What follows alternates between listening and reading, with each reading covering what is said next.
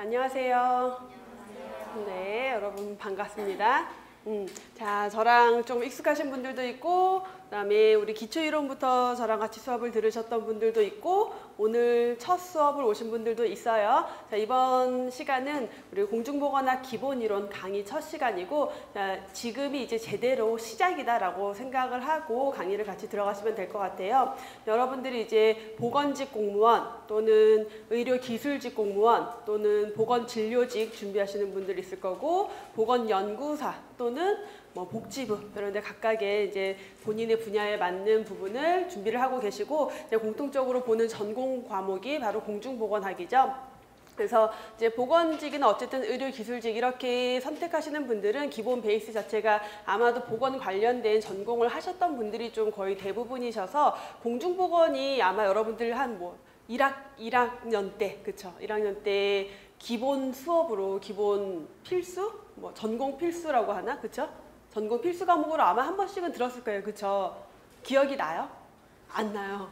근데 이제 책을 보다 보면은 그래 이런 거 있긴 있었어. 그리고 여러분들이 이제 뭘 기억하냐면, 내가 예를 들어서 식품 쪽이다. 그런 식품위생 보건영양 쪽이 좀 더 기억이 날 거고, 뭐 임상병리 쪽 전공이다라고 하면은 감염병에서 어떤 세균 이름이나 나오면 좀 익숙할 거고, 또 뭐 행정 쪽이다. 그럼 보건행정 파트가 좀 더 익숙할 수 있을 거고, 방사선 쪽이다면 의료기술 관련된 뭐 방사선 내용들 나오면 좀 더 친숙해질 거고, 또 의무기록이다. 그러면 용어나 의료법 이런 게 또 익숙할 거고, 그래서 각각이 자기가 조금 더 친밀도가 높은 그 챕터는 있어요. 근데 그 말은 뭐냐면, 그만큼 과목에 어마어마하게 많은 내용들이 들어있다라는 게 베이스에 깔려있다라는 거죠. 그래서 여러분들이 한 번씩은 접해봤겠지만, 공중보건학은 한 과목이 아니에요. 사실 공중보건학이라는 하나의 과목이 아니라 큰 학문 안에는 열 몇 가지 되는 과목들을 다 포함하고 있죠. 환경, 역학, 통계,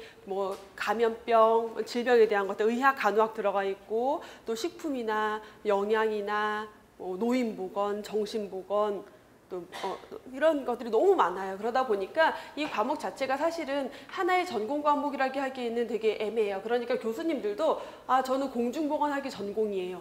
없어요. 공중보건학으로 학위를 받는 사람은 없어요. 저도 보건학 석사라고 받긴 하지만 보건학에서 세부 전공이 있어요. 근데 저 같은 경우는 보건의료 정책을 전공을 했었고, 학사로 간호학을 전공을 했었고, 뭐 어떤 교수님들은 역학을 전공하신 분들도 있을 거고, 통계학을 전공하신 분들도 있을 거고, 환경을 전공하신 분들도 있을 거고, 그래서 너무너무 달라요. 그러다 보니까 여러분들이 이제 공중보건을 이미 공부했던 분들은 먼저 느꼈겠지만, 뭔가 좀 애매한 게 있어요. 또는 책마다 조금 다르네? 또 교수님들마다 얘기하는 게 좀 다르네? 이런 게 나올 수밖에 없어요. 왜냐면 요거 하나가 학문이 아니라 여러 개를 합쳐놓다 보니까 그 안에서 약간 갭이 생기게 돼요. 그런 문제가 있기 때문에 공중보건이 공부하기 어려운 첫 번째 이유가 있고, 그 다음에는 지금 얘기한 것처럼 너무 많아요. 내용이 너무 많은데 얕아요. 심지어 차라리 하나하나에 깊이 들어가면 완벽하게 하고 가는 건데, 완벽하게 할 수가 없어요. 왜냐하면 그러면 우리가 13과목을 다 파고 들어가야 되는데, 그거를 1년 안에 어떻게 해요? 공중보건학 자체는 그 많은 과목을 얕게 해서 짜집기를 해놓은 거예요. 그러다 보니까 공부를 하다 보면은 이것만 보면 되나? 라는 불안감이 너무 커요. 그러다 보니까 이제 이런 불안감이 커지는 학생들은 책을 또 여러 권을 보게 돼요. 그러다 보면 책마다 좀 또 다른 내용이 있네? 이거 뭐지? 이런 혼란이 오는 문제들. 그리고 막상 시험을 보러 갔더니 우리 기본서 교재에 없는 내용들이 나와요. 듣도 보도 못한 내용이 나와요. 왜? 환경보건에서 더 깊이 들어가면 있는 내용들이거든요. 근데 공중보건에서 거기까지 안 다뤘어요. 그러니까 시험 문제에 이렇게 내가 접해보지 못했던 문제가 반드시 한두 문제는 나와요. 모든 시험에서. 그러니까 그러다 보니까 학생들이 공부할 때 굉장히 어려워요. 시작할 때는 괜찮아요. 만만해요. 왜냐면 다 들어봤거든. 조금씩은 들어봤거든요. 근데 하다 보니까 나중에 점점 모의고사를 보고 여기저기 있는 문제들을 풀어보다 보면은 너무 어려워요. 나 이거 모르는데? 이것도 봐야 되나? 나 이거 안 봤는데 어떡하지? 그러면서 마지막 시험 볼 때는 공중보건학이 굉장히 어렵게 느껴져요. 근데 막상 시험을 딱 보러 가면은 되게 쉬워요. 문제가 너무 쉬워요. 근데 그 중에서 한 두세 문제만 어려워요. 근데 내가 시험을 보는데 전체적으로 어려웠다. 그럼 두 가지 경우예요. 그 해 시험 문제가 정말 어렵게 나와서 내가 공부를 했음에도 불구하고 다 같이 어려웠어요. 괜찮아요, 그거는. 왜냐면 내가 어려우면 남들도 어려운 거니까. 또 하나의 경우는 뭐예요? 내가 공부를 안 한 거지. 문제는 쉬웠는데 내가 공부를 너무 대충 한 거예요. 그러니까 다 헷갈리는 거예요. 첫 번째 경우는 괜찮아요. 두 번째 경우면 당연히 안 되겠죠. 그래서 공중보건 자체가 여러분이 이미 책을 보면서 왜 이렇게 두꺼워? 근데 이 두꺼운 게 너무 싫은 학생도 있지만 이렇게 두꺼워도 불안해서 또 다른 책을 보는 학생도 있을 만큼 과목의 특성이 그래요. 그래서 그렇기 때문에 공부하기가 좀 어렵고, 그래서 여러분들이 외울 것도 너무 많고, 그러다 보니까 전체적인 내용을 잘 이해를 해서 내 거를 만들고 그 안에서 꼭 외워야 할 것들을 추려 나가야 되는 공부 방법이 좀 필요하다라는 거를 강조를 드리면서 강의를 시작할게요. 먼저 출제 경향 분석, 제가 매년 이제 강의 시작할 때 이걸 하고 가는데 2017년 것까지 분석을 좀 해둔 거고, 여러분 알고 모르는 분들도 있을 테니까, 이제 서울시 같은 경우는 2014년부터 문제를 공개를 하고 있어요. 문제를 공개를 안 해요? 네. 공중보건, 보건행정, 전공 과목은 그러니까 몇 과목들이 있어요. 공무원 시험 과목들 중에서 몇 과목들이 공개가 안 되는 문제들이 있어요. 그래서 이제 수탁으로 맡기는 게 아니라 그 지자체에서 출제를 하고 비공개를 해요. 왜 비공개를 할까요? 여러분들의 생각에 맡기겠어요? 어쨌든 문제를 우리한테 알려주지 않아요. 내가 본 시험 문제를. 그러다 보니까 기출 문제에 대한 보건이 명확할 수가 없겠죠. 하지만 이제 시험 보신 분들이 기억에 의해서 이런 문제 나왔었어요 라는 걸 가지고 저희가 어떤 쪽에서 출제 비중이 높다라는 정도를 이제 강의 중에 알려드리지만, 서울시 같은 경우는 공개가 14년부터 되고 있기 때문에 이걸 토대로 우선 경향 분석을 좀 해드리고, 이게 굉장히 중요한 게 뭐냐면 서울시에서 어쨌든 문제를 공개를 하고 딱 내보내요. 그러면 전국 지자체에서 그거를 참고하게 돼요. 결국은 경향이라던가 난이도라던가 이런 것들을. 그리고 아무래도 서울시고 또 문제가 공개되다 보니까 문제가 좀 더 세련되고 좀 더 지문도 길고 좀 더 난이도도 약간 더 높아요. 지방보다는. 그러한 경향은 있어요. 근데 요거는 뭘 보기 위한 거냐면 어느 내용에서 출제가 많이 되냐를 보려고 이렇게 표를 좀 제시를 했는데, 이렇게 보면 너무 중구난방이죠. 그래서 이렇게 그래프로 보면요. 자, 저희 교재 구성이 파트 1부터 10까지 있어요. 그래서 앞쪽에 공중보건에 대한 가장 기본적인 이해에 대한 내용들, 역학 보건통계, 질병관리, 환경보건 순으로 들어가요. 근데 보니까 그래프가 여기까지 해서 거의 하이를 찍고 있죠. 이게 뭐냐면 제가 의도적으로 출제 비중이 높고 공부하기 어렵고 난이도 높은 애들을 앞에다 다 몰아놨어요. 왜냐하면 여러분들이 시작은 되게 잘하는데 중간에 해이해지는 경우가 많아요. 그래서 여러 번 시작할 때, 여러분 왜 우리 정석 이런 거 보면 앞에만 까맣잖아요. 다들 그런 거 아니에요? 앞에만 까만 거 아니에요 원래? 그래서 까맣게 만들려고 앞쪽에다가 해놨어요. 그렇기 때문에 여러분들이 강의를 들을 때 처음에 되게 무게감, 중압감이 커요. 근데 뒤로 가면은 좀 수월해져요. 왜냐하면 비중도 낮고 난이도도 낮아요. 좀 가벼운 내용들이 뒤쪽에 배진이 되어 있죠. 근데 그렇다고 무시하고 갈 수가 없는 게, 우리 공무원은 어때요? 한 문제 가지고도 0점 몇 점 가지고도 당락이 결정이 되기 때문에 어느 하나도 소홀히 하고 갈 수는 없지만, 요 앞쪽이 출제 비중이 높고 난이도도 높다라는 걸 보여드리려고 이렇게 표로 보여드린 거고, 요거는 2009년, 10년, 11, 12년 4개년 동안 지방직에서 수탁으로 국가직으로 문제 공무원 채용을 하고 공개했던 문제가 있어요. 그래서 그거에 대해서 출제 비중을 좀 보여주면은 마찬가지로 이렇게 봤을 때 앞쪽에 전반적으로 높고요. 보건행정에 대한 문제가 뭐 아마 한 회에서 보건행정 문제가 좀 많이 출제돼서 얘가 좀 높아지긴 했어요. 전반적으로 여기가 높아요. 그러면 우리 이제 공부를 할 때 보건직 준비하시는 분들은 공중보건, 보건행정 다 해요. 그러니까 이게 아무 문제가 안 돼요. 너무 쉬워요. 오히려 보건직 하시는 분들한테 이쪽 내용은. 근데 의료기술직 그리고 보건연구사 하시는 분들은 행정이 한 과목으로 별도로 공부하는 게 아니고, 문제가 보통 한 시험에서 한 문제에서 두 문제 정도 출제가 돼요. 보통 통계적으로 봤을 때 한 두 문제 정도는 출제가 되는데, 그 두 문제 때문에 한 과목을 또 다 공부하기는 너무 어려워서 마찬가지로 보건행정을 좀 요약해서 그동안 중에서 출제 비중이 높은 애들을 요약해서 이제 한 챕터로 넣어둔 거예요. 이것도 마찬가지로. 근데 여기에서 거의 대부분 나오지만 가끔 여기 없는 행정에 또 깊이 들어가는 문제가 나올 수도 있어요. 이렇게 해서 챕터가 구성이 되어 있으니까 참고하시면 되겠고, 출제 경향은 뭐 이제 최근 몇 년 동안 크게 달라지는 게 없어서 그대로 좀 말씀을 드리면, 우리가 20문제인데 그 중에서 80% 정도는 항상 기존에 출제됐던 내용. 보통 공부를 좀 하신 분들은 4문제 이상 잘 안 틀려요. 실수해서 좀 더 틀릴 수는 있어도 네 문제 이상 잘 안 틀려요. 그 언더로 틀려요. 근데 언더로 틀려야 되는데 그 중에서 한 네 문제 중에서 보통 한 문제나 두 문제, 한 문제 같은 경우는 전혀 새로운 문제, 아무도 본 적이 없는 문제, 그런 내용이 나오고 한 문제 정도는 한 두 문제 정도는 기존에 내던 문제인데 자주 출제되는 게 있어요. 그거를 깊이, 아주 깊이 들어가요. 그래서 너 이것까지 알고 있어?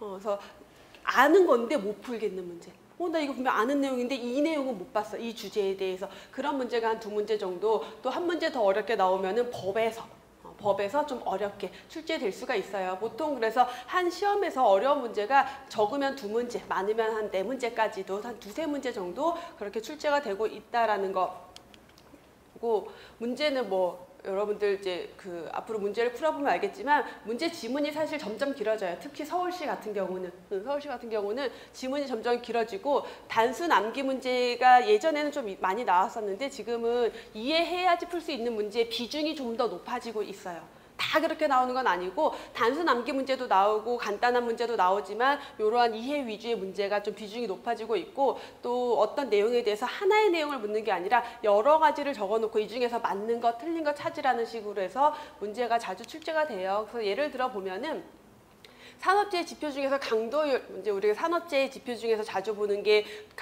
건수율, 도수율, 강도율, 얘네 세 개를 많이 보는데 공식만 알면 풀 수 있는 이런 문제를 출제를 해요. 자, 문제에 대한 설명은 지금은 안 할게요. 근데 이렇게 이런 식의 문제가 출제가 됐었다면 그 공식이 가지고 있는 의미가 뭔지를 알아야 되는 문제, 손상 정도를 나타내는 게 뭐냐 해서 각각의 공식의 의미를 알고 있어야지 풀 수 있는 문제가 출제되기도 하고, 자, 2016년 문제 보시면은요, 조금 더 이제 깊이 있게 들어간 거죠. 그 강도율에 대해서 좀 더 깊이 있게 제대로 이해해야지 이 공식 안에 그래서 반영된 게 뭐고 반영되지 않은 게 뭐야, 이거를 다 알고 있어야지 풀 수 있는 문제. 사실 정답이 3번이었는데 이 내용이 우리가 그 기본서에 설명으로 들어가 있는 내용이 아니에요. 그러니까 이 문제 같은 경우는 설명 안에는 사실 강도율이라는 거는 재해의 중증도, 강도가 손상 정도가 얼마나 심한지 알려고 하는 지표다. 그래서 공식이 연간 근로시간 수분의 재해 손실 일수 곱하기 1000이다. 이런 식으로의 공식만 봐요. 근데 여기에다가 이런 보기를 넣고 정답으로 해놨어요. 인적 요인보다는 환경적 요인으로 발생되는 재해를 측정한다. 이런 설명이 따로 있지는 않지만 우리가 그 공식이나 이 내용에 대해서 봤을 때 환경에 대한 걸 따로 우리가 측정할 수 있는 요인이 뭔지를 분석하는 내용은 없어요. 그러니까 내가 이해하고 있어야지 풀 수 있는 문제를 이런 식으로 출제를 한다라는 거예요. 그러니까 이런 식으로 난이도가 조금씩 높아지는 경우들이 있다라는 거 보여드리는 거고, 자, 2017, 12년에 또 산업보건 문제이긴 한데 납중독의 주요 특징, 5대 증상 이런 것들 묻는 문제들이 출제가 자주 되는 내용이에요. 근데 올해 17년 문제 보면은 이제 각각의 중독에 대해서 이렇게 다 섞어서, 그 다음에 이거의 중독은 뭐다 해서 완전 이제 크로스도 아니고 온갖 가지를 다 섞어놨어요. 보기마다. 그러니까 어떤 건 맞고 어떤 건 틀리고, 그러니까 여기에서 좀 더 정확하게 가려내야 되는 그러한 문제를 출제를 한다. 결국은 뭐냐면 내용 자체를 단순히 5대 증상 이것만 보고 가야 되는 게 아니라 이 문제에서 어떤 내용들이 나올 수 있는지에 대해서 전체적인 그림을 내가 이해하고 있어야지 나머지 내용들을 풀 수 있는 그런 문제가 출제가 된다라는 거예요. 그러니까 여러분들이 공부의 방향을 잡을 때 그냥 보고 외울 것들을 요약해가지고 그거를 암기식으로 가면 안 돼요. 공부할 때 보면은 내용을 이걸 가지고 이거 말고 조금 썸머리된 걸로 주시면 안 돼요? 요약된 걸로 주시면 안 돼요? 요약된 걸로 드리면요, 이런 문제는 풀 수 있어요. 그렇죠? 근데 이런 문제가 나오면 못 풀어요. 요약으로 공부를 해버리면.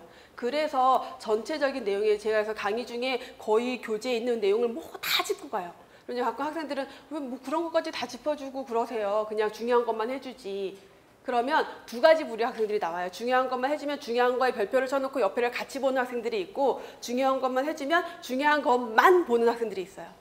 그래서 이 경우를 대비해서 제가 전체적인 내용들을 다 설명을 하고 간다라는 걸 처음부터 조금 인지를 하고 여러분들의 공부 방향도 그런 식으로 좀 잡고 가셔야 된다라는 거를 말씀을 먼저 드리고, 시작을 하도록 할게요. 자, 그래서 우리 출제 경향에 대해서 조금 설명을 드렸고, 우리 강의 전체 커리큘럼 진행되는 거에 대해서도 한번 살짝 정리를 해보고 가면은, 우리가 7월에서 8월 사이에 기초이론 수업을 2개월 동안 했어요. 자, 이때는 핵심이 되는, 우리 그래서 공중보건에서는 파트 1, 2, 3, 4 4개 파트에 대해서 중요한 내용들, 시험에 자주 나오는 내용들, 그리고 좀 어려운 내용들 위주로 해서 개념 정리, 기본 입문반 개념으로 정리를 좀 한번 했고요. 지금 9월이죠? 벌써 9월이에요. 2017년. 여러분 실감이 나나요? 깜짝 놀랄 일이죠? 기본 이론이 진행이 될 거예요. 기본 이론에서는 교재를 가지고 처음부터 끝까지 정말 싹 훑을 거예요. 근데 교재 중간중간에 법규 있는데 법규는 안 해요. 미리 말씀을 드리는데 기본 이론에서 법규를 따로 다루진 않아요. 왜냐하면 그 법규 내용들 중에서 시험 문제에 자주 거론이 되는 중요한 이론이 되는 내용들은 교재 기본 이론 안에 다 들어가 있어요. 그래서 그것만으로도 기본 이론은 충분해요. 그리고 심화 이론이 있는데 심화 이론 들어가면은 법에 대해서 조금 더 추가 정리를 해드리게 될 거예요. 그래서 기본 이론에서는 전체 모든 내용을 다 정리가 들어갈 거고요. 11월부터 12월까지는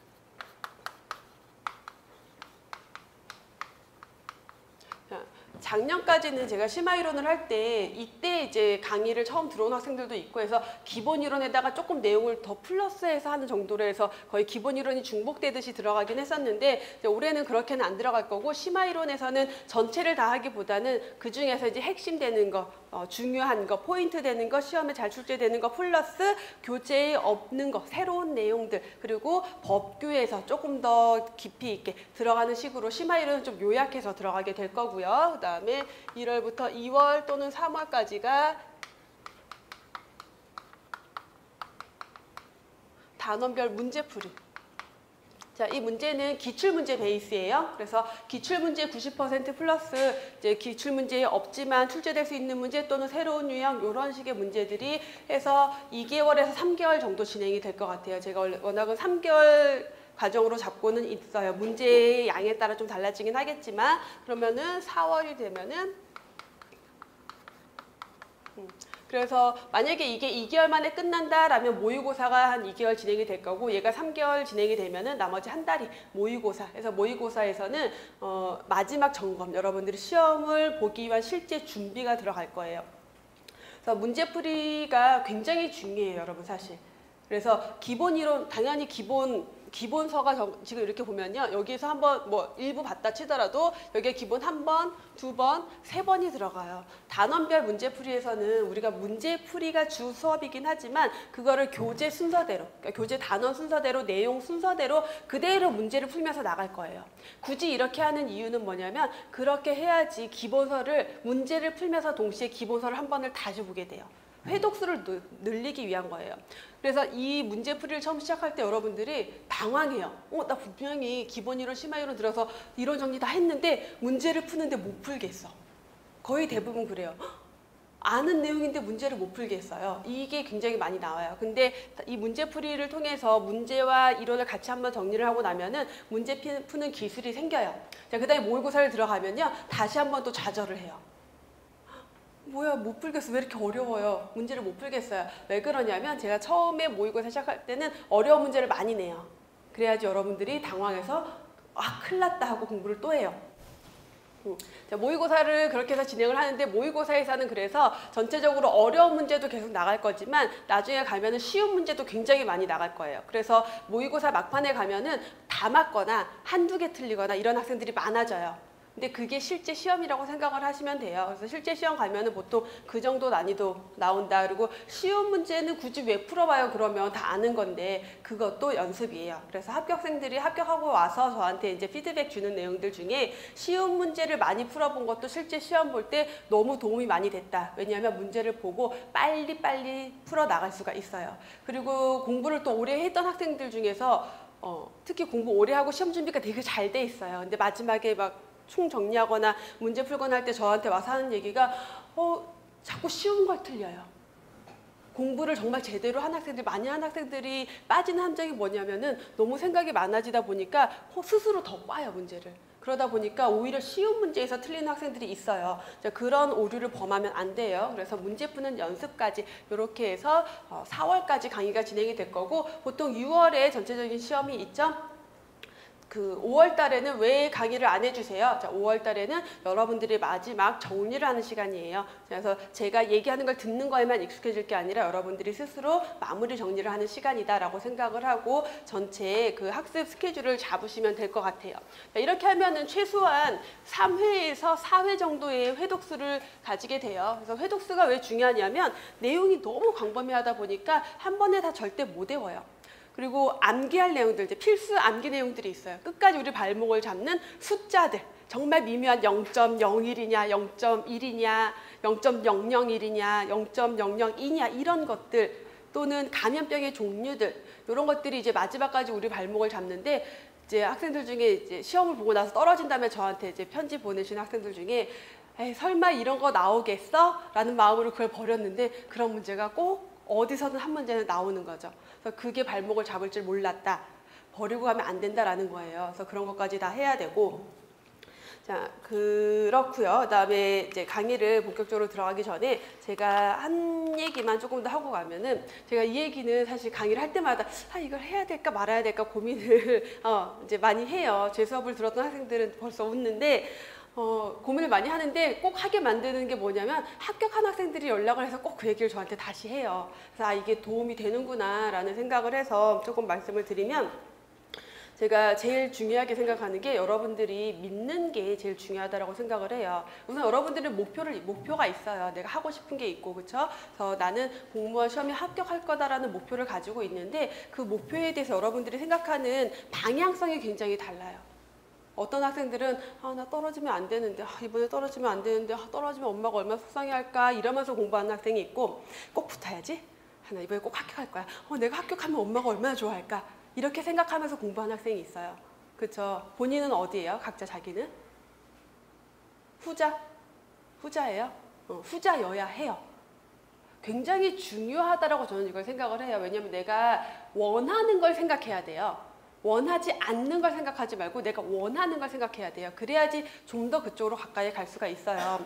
조금 약간 재밌는 얘기기도 하고 제 일화기도 하는데, 저는 그렇게 살아요. 항상 제가 원하면 다 이루어진다라는 생각을 가지고 살아요. 그러다 보니까 다 이루어진 것 같아요. 근데 설마 다 이루어졌겠어요? 안 이루어진 것도 되게 많겠죠. 안 이루어진 건 다 버려요. 잊어버려요. 그러면 이루어진 것만 생각나니까 되게 기분 좋게 사는데, 어떤 일화가 있었냐면 작년에 있었던 일인데요. 올해고 작년인가? 아무튼 제가 강남에 이제 신랑이랑 매번 갈 일이 있었어요. 강남에 매번 가는데, 강남은 주차가 정말 너무너무 힘들어서 거기 모이는 모임의 사람들이 다 주차 때문에 난리였어요. 근데 저희가 가는 그 모임 장소 근처에 되게 넓은 공터, 이거보다 넓은 훨씬 공터에 문이 닫혀있고 주차장이에요, 거기가. 근데 맨날 저녁 때 가면 문이 닫혀있고 차가 비어있어요. 그래서 저기는 보니까 거기 뭐 뉴질랜드 교육문화원 뭐 이렇게 써있고, 근데 저기 너무 차를 대고 싶은 거예요, 제가. 그래서 신랑한테, 그때 이제 남자친구였는데, 나 저기다 차 대고 싶어 그랬더니 남자친구가 그랬어요. 저기는 남의 땅이어서 안 돼 그러는 거예요. 그래서 싫어, 그래도 나 저기다 댈 거야. 이제 그냥 농담 반 그 원하는 마음 반 이렇게 얘기를 했어요. 한 3개월 정도 지난 다음에 제가 거기에 차를 대게 됐어요. 대고 있어요, 지금까지도. 그래서 죽으면 잘 안 가지만 가끔이라도 강남에 가면 저는 그냥 거기다 차를 대요, 늘.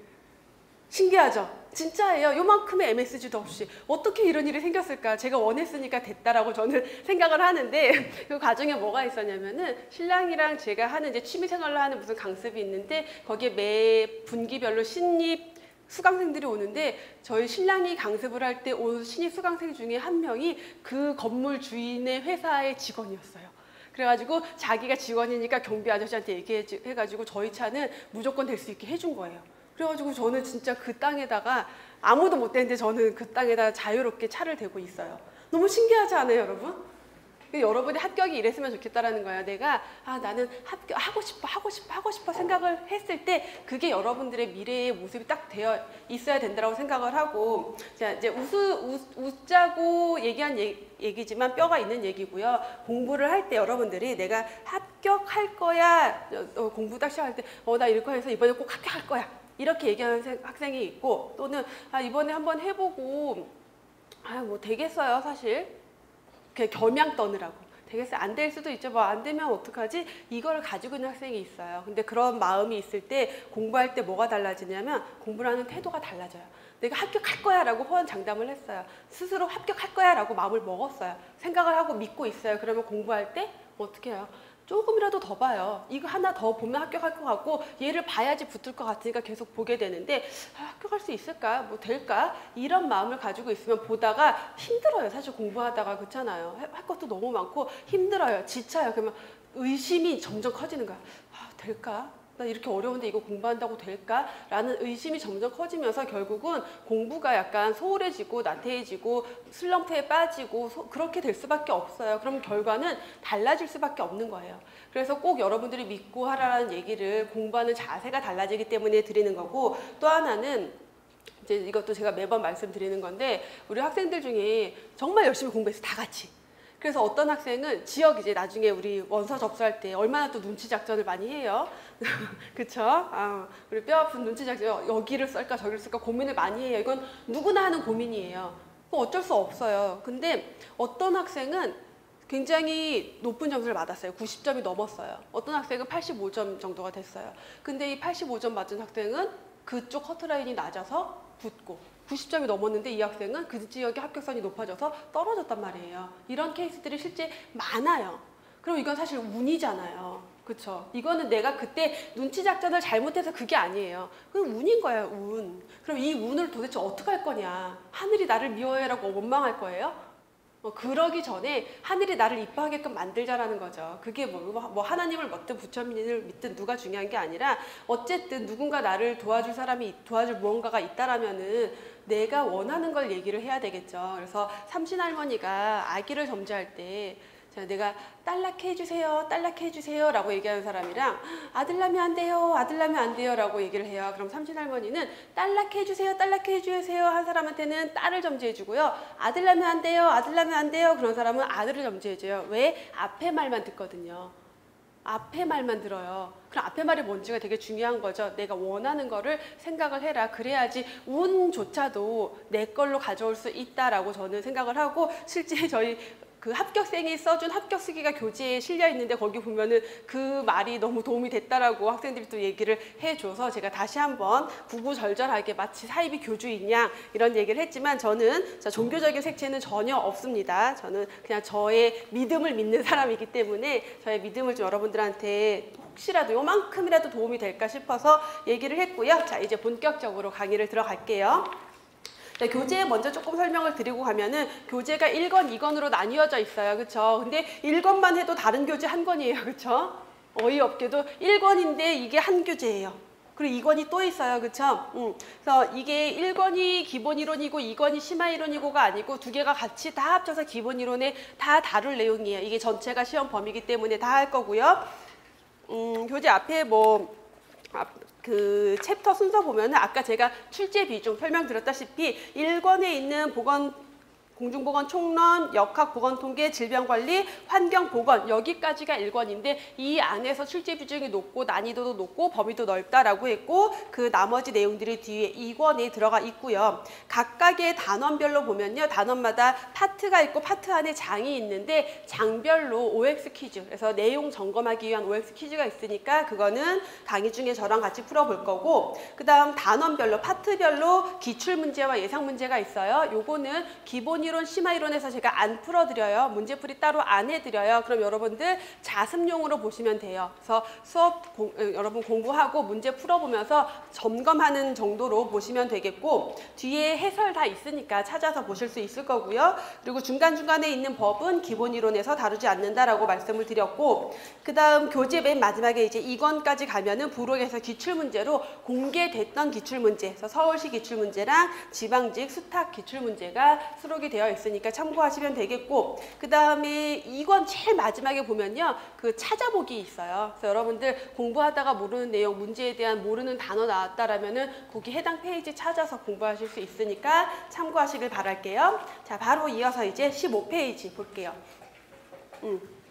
그리고 하나 더 말씀드리면 그 2017년 교재 보시는 분들이 있어요. 요거는 이제 교재를 따로 사시기에는 너무 비용이 많이 드니까 저기 추록을 아마 오늘 정도까지는 올려주신다고 했어요, 출판사에서. 그래서 변경된 내용들 추록으로 배포가 될 거니까 그거 참고해서 보시면 되고요. 18년 교재를 기준으로 저는 강의를 합니다.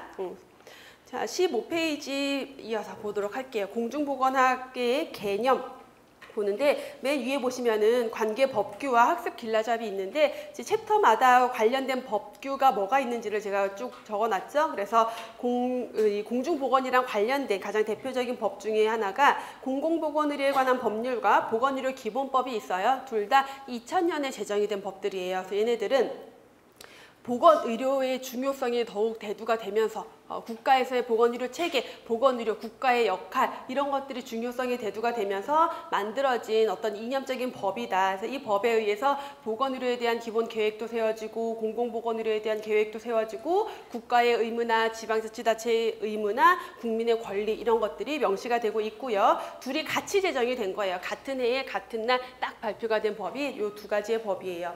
자, 학습 길라잡이에 있는 내용들은 이 챕터에서 우리가 가장 중요하게 봐야 될 내용들 이러한 내용을 담고 있는데 먼저 간단하게 여기에서 어떤 내용들을 보고 가냐면 공중보건학의 개념 정의하면은 이 학문의 가장 기본이죠. 우리가 공부하는 공중보건학. 그래서 이 정의에 대해서 윈슬로우라는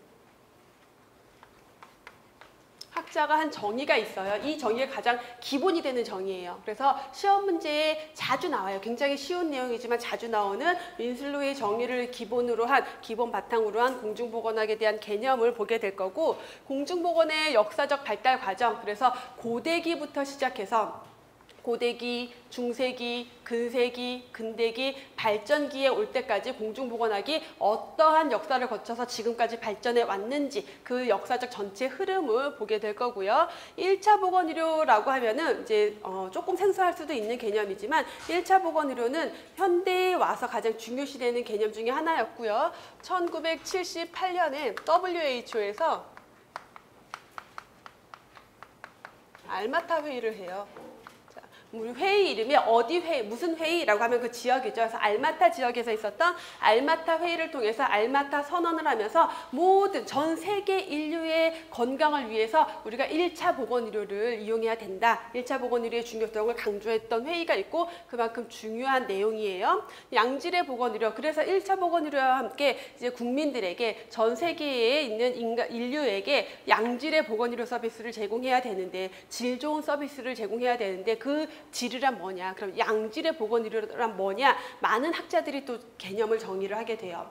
그 양질이라는 것에 대해서 정의한 많은 학자들 중에서 특히 누가 제일 중요해요? 마이어스라는 학자가 정의한 양질의 보건의료를 가장 중요하게 볼 거예요. 그래서 이 마이어스는 4가지 접근성, 질적 적정성, 계속성, 효율성 이렇게 4가지를 정의했는데 그 내용이 매년 시험 문제로 나오는 것 중에 하나죠. 그 다음 WHO의 주요 내용과 지역사무소, 그래서 WHO가 언제 발족이 됐고 그 다음에 6개의 지역사무소가 어느 지역에 위치해 있고 우리나라는 어느 지역사무소에 소속이 되어 있고 이러한 내용들을 위주로 해서 WHO에 대한 내용까지 제1장인 공중보건학의 개념에서 다루게 될 내용들이다라고 먼저 전체 큰 그림을 잡고 이론 내용을 들어가 볼게요.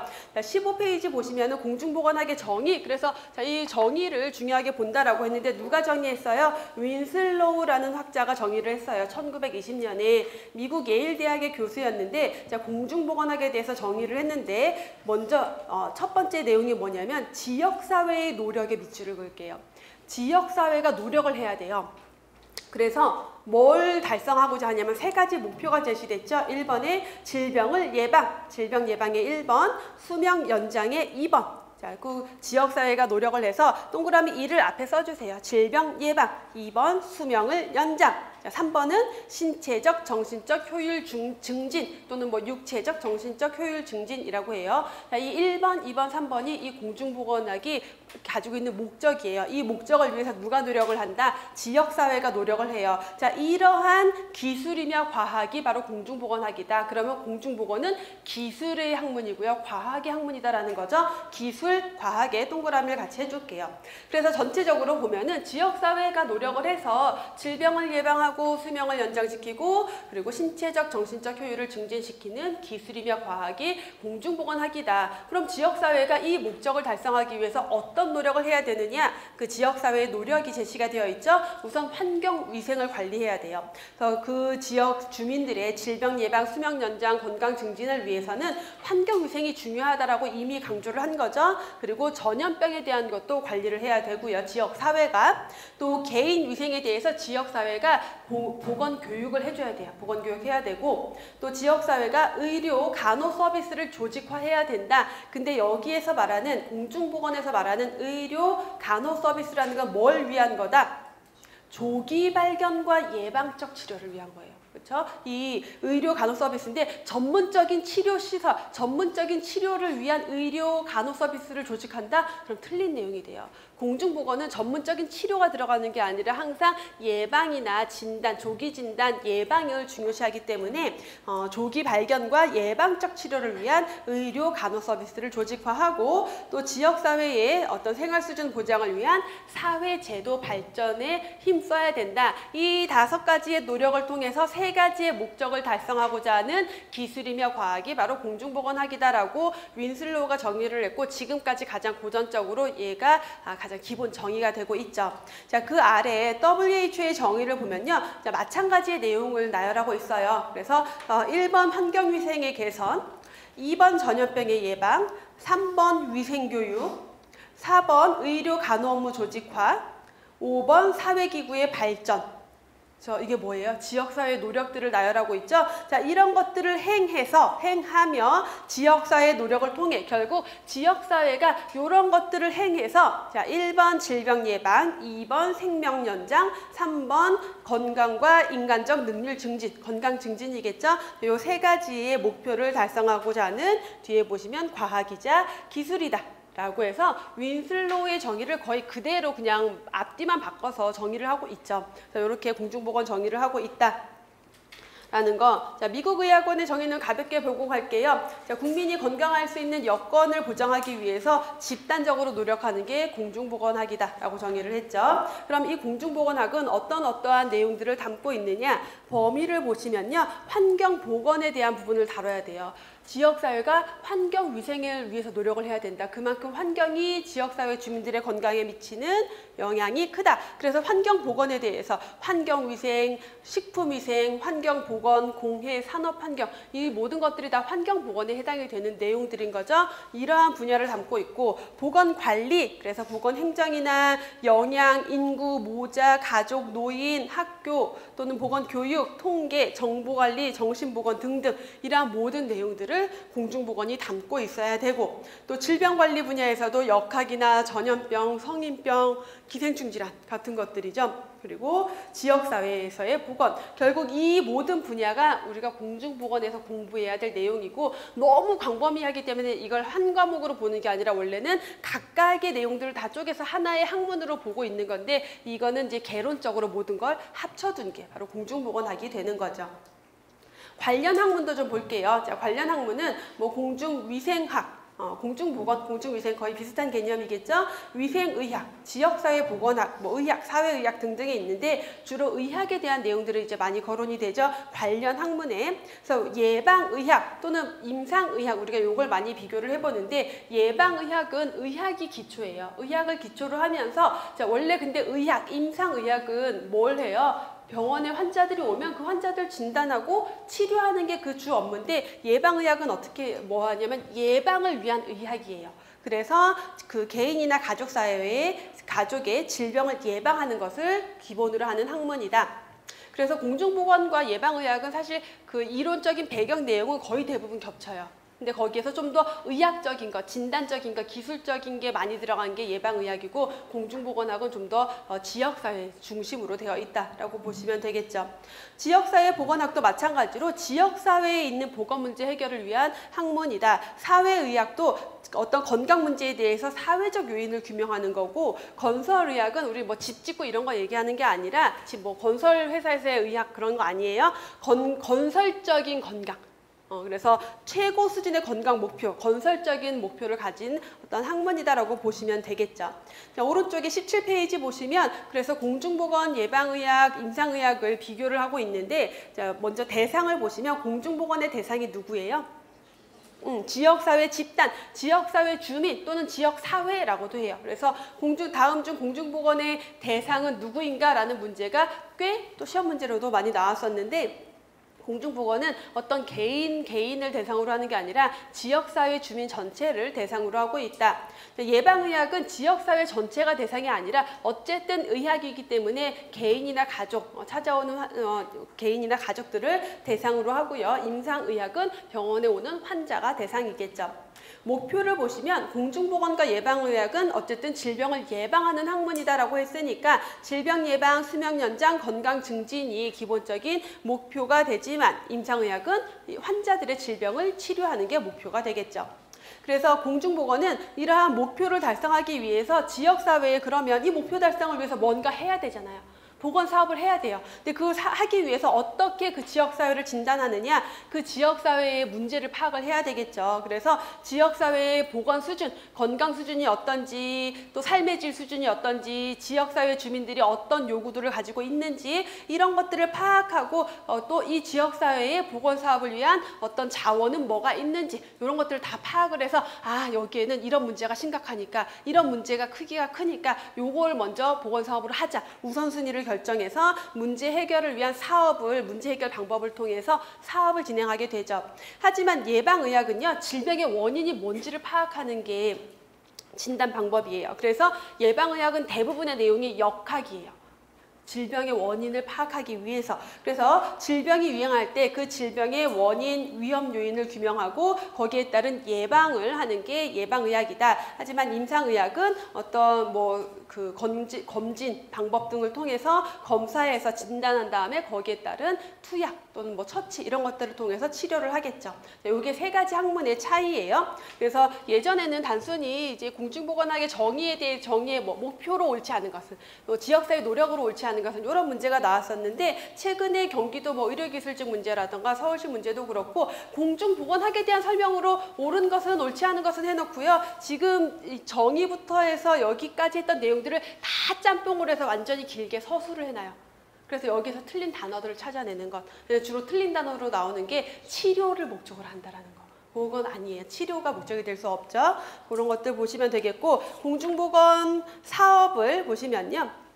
우리 17년 교재에서는 중앙정부 주도의 보건사업에 아마 동시성, 획일성, 일관성, 강력한 집행 정도로만 적혀 있을 텐데 조금 더 서술로 약간 내용을 드렸어요. 그래서 보시면 중앙정부, 우리 보건사업을 할 때 중앙정부, 그럼 우리나라로 치면은 보건복지부가 주도해서 하는 보건사업이 있고, 그 다음에 각각의 시군구에서 지방정부, 그러면 보건소 위주로 해서 하는 사업들이 있는데 어떻게 구분이 되냐면 중앙정부 차원에서 하는 사업은요, 주로 감염병 같은 거, 감염병 중에서도 특히 왜 우리 메르스 또는 이번에 조류 인플루엔자 또는 신종 인플루엔자 이런 것들 대유행하고 막 그럴 때 그거는 지방적으로 지방자치단체에서 해결할 수가 없어요. 지역 단위로는 해결할 수 없을 때 중앙정부 차원에서의 사업이 들어가야 되고, 또는 어떤 사업은 어떤 부처 간에, 여러 부처 간의 조직, 기술, 인력의 협력이 필요할 때는 중앙정부 차원에서 시행을 하게 된다. 그리고 일관성 있고 중복되지 않게 하기 위해서, 그래서 중앙정부 차원에서 하기도 하고, 정부 예산이나 이런 것들이 필요할 때, 또는 법 규제, 법 제정이 필요할 때는 중앙정부 차원에서 시행을 하게 된다라는 거고요. 지방정부 차원에서는 어떻게 그 지역사회의 특성에 맞는, 그래서 중앙정부 차원에서 전체적으로 해야 될 것도 있지만 각각의 지역에 맞는 그 사업을 해야 되겠죠. 특성이나 요구도 반영하고 그 지역사회의 개발 사업에도 연계를 시키고, 그 지역 안에서 한 번 하고 끝나는 게 아니라 좀 더 지속적으로 사업이 진행이 될 때는 지방정부 차원에서 사업이 진행이 되고요. 자, 범세계적으로 WHO에서 진행하는 보건사업들도 있어요. 자, 앞에서 얘기했던 것, 공중보건의 대상 누구다? 지역사회 주민이다. 자, 요것도 자주 시험 문제로 출제된다. 최근 것 중에서도 2011년 경기의료기술직에서도 출제가 됐었고요. 다음 공중보건의 3대 원칙 WHO에서 제시했죠. 3대 원칙은 세 가지. 참여, 형평, 협동. 2015년 인천 의료기술직 기출문제로 또 출제가 됐었던 내용인데 이제 17년 교재에서는 이게 아마 17페이지에 있었을 거예요. 이게 위치만 옮긴 거니까 찾아서 보시면 되고요. 그래서 참여, 형평, 협동. 참여, 다양한 집단의 사람들이 공중보건 사업에 참여를 해야 돼요. 참여가 없으면 공중보건 사업은 의미가 없다. 그리고 형평, 평등, 형평성 있는 보건사업이 진행이 돼야 된다. 그리고 협동, 여러 분야의 사람들, 여러 부처가 같이 협동해서 사업을 해야 된다라는 내용 3대 원칙이죠. 다음에 앤더슨이 제시한 공중보건 사업의 수단 세 가지 3대 사업 수단 하면요. 이것도 마찬가지로 빈출 문제예요. 2011년 인천의료기술직 또 14년 울산 등등 여러 곳에서 출제가 됐는데 보건 서비스에 의한 봉사행정 그리고 법규에 의한 통제행정 교육에 의한 조장행정 그래서 우리가 봉사행정 보건행정의 봉사성이라는 표현을 자주 보게 될 건데 봉사라는 건 국가가 지방자치단체가 국민들에게 주민들에게 뭔가 봉사를 한다라는 건요. 직접 서비스를 제공한다라는 거예요. 서비스를 제공해서 그 국민들의 주민들의 삶에 개입하고 간섭하는 거예요. 그게 국가의 봉사라는 거죠. 그래서 서비스에 의한 봉사행정 문제 해결을 위해서 어떤 제도도 만들고 장치도 만들고 사업을 집행하고 하면서 지역사회 주민들에게 직접 간섭하고 개입하는 거죠. 두 번째, 통제행정, 법규를 제정을 해요. 보건관계 법규를 만들어서 통제를 한다. 그래서 가끔은 어떤 국민들의 건강을 위해서 강제성도 띄죠. 대표적인 게 금연과 관련돼서 뭐 건물 내에서 흡연하면 안 되고 이런 것들 제정하고 있죠. 또 교육에 의한 조장행정 어떤 제도를 만들더라도 본인이 그럼 나가서 흡연 구역 가서 담배 피워대면 아무 의미가 없겠죠. 그래서 교육에 의한 조장행정 보건교육을 통해서 지역사회 주민들이 스스로 건강 문제에 대해서 인지하고 건강 생활에 대해서 중요성을 깨닫고 스스로 행동할 수 있도록 조장을 해야 된다. 그래서 앤더슨은요. 이 세 가지 중에서 가장 능률적인 수단이 교육에 의한 조장행정이다 라고 강조를 했죠. 세 가지 내용.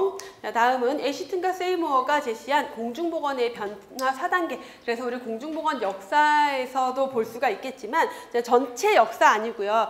우리 여기서 보는 공중보건학의 역사적 발달 개념은 역사적으로 전 세계적으로 공중보건학이라는 개념이 생겨나기 이전부터 건강의 문제는 늘 있었어요. 질병의 문제는. 그래서 어떤 시각을 가지고 어떻게 발전을 해왔는지 보는 거지만 여기 애시튼과 세이모어가 제시한 건요. 그럼 공중보건이 언제 대두가 돼서 어떻게 변화되어 왔느냐예요. 그럼 공중보건은 언제 처음 대두가 됐을까요? 공중보건 사상이 도입되기 시작한 거, 사상이 싹트기 시작한 게 우리 공부하셨던 학생들은 기초이론 들었던 학생들은 요건 안 했겠구나. 역사를 안 했으니까. 자, 우리 기본에 공부하셨던 학생들은 언제 공중보건 사상이 언제 싹 텄어요? 어느 시기에 싹 텄어요? 근세기, 여명기. 왜 나랑 눈 안 마주치는 사람들 있어? 내가 자꾸 쳐다보는데. 그쵸? 근세기, 여명기. 그때 공중보건 사상이 싹트기 시작했어요. 그게 왜 싹트기 시작했다 그랬어요? 제가 사람들이 막 모였거든요. 왜 모였어요? 산업혁명이 있으면서 도시에 일자리가 넘쳐나기 시작했어요. 일손이 부족해요. 지방에 있는 농민들, 소작농들이 농터에서 쫓겨났어요. 농사를 안 짓기 시작했거든요. 그 지주들이 몰아내고 막 양모산업하면서 농토에서 쫓겨났는데 도시에 가니까 일거리가 있어요. 사람들이 다 모이니까 도시에 사람들이 밀집돼요. 근데 그 당시에 무슨 얼마나 환경에 대한 고민과 이런 게 있었겠어요. 그러니까 너무 지저분하고 열악하고 그래서 우리 왜 레미제라블이나 뭐 그거 달탄약 나오는 삼총사 이런 거 보면은 시민들이 막 썩은 토마토 막 시궁창 같은데 이런 데 살고 있잖아요. 이러면서 그 주민들의 건강 문제, 특히 노동자들의 건강 문제가 대두가 됐어요. 그래서 산업보건이 이제 발달하기 시작하면서 공중보건 사상이 싹트기 시작한 거죠. 그래서 산업보건 시기 바로 요 시기가 19세기 중반까지예요. 이전까지 해서 쭉 발전해 온 거고 자, 산업보건 하면은 누가 먼저 생각이 날까요?